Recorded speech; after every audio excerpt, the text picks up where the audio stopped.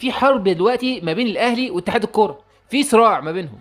الاهلي بيقول اللي عنده جواب يظهره، واتحاد الكوره بيقول لك لا، ده كهربا موقوف ومش هينفع يلعب لا في كاس عالم انديه، ولا ينفع يلعب قبل سدد غرامه وسدد غرامه كامله. ايه الحكايه وايه القصه؟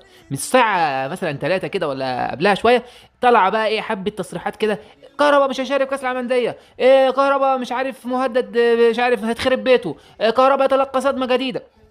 الخلاصه بعد كل اللي حصل دوت، ان اخر حاجه قالها عامر حسين لموقع في الجول ان كهربا كل اللي جه جواب بناء على رغبه من محامي اللاعب كان بيستفسر من فيفا هل كهربا ينفع يشارك بعد يوم 6 يناير ولا لا.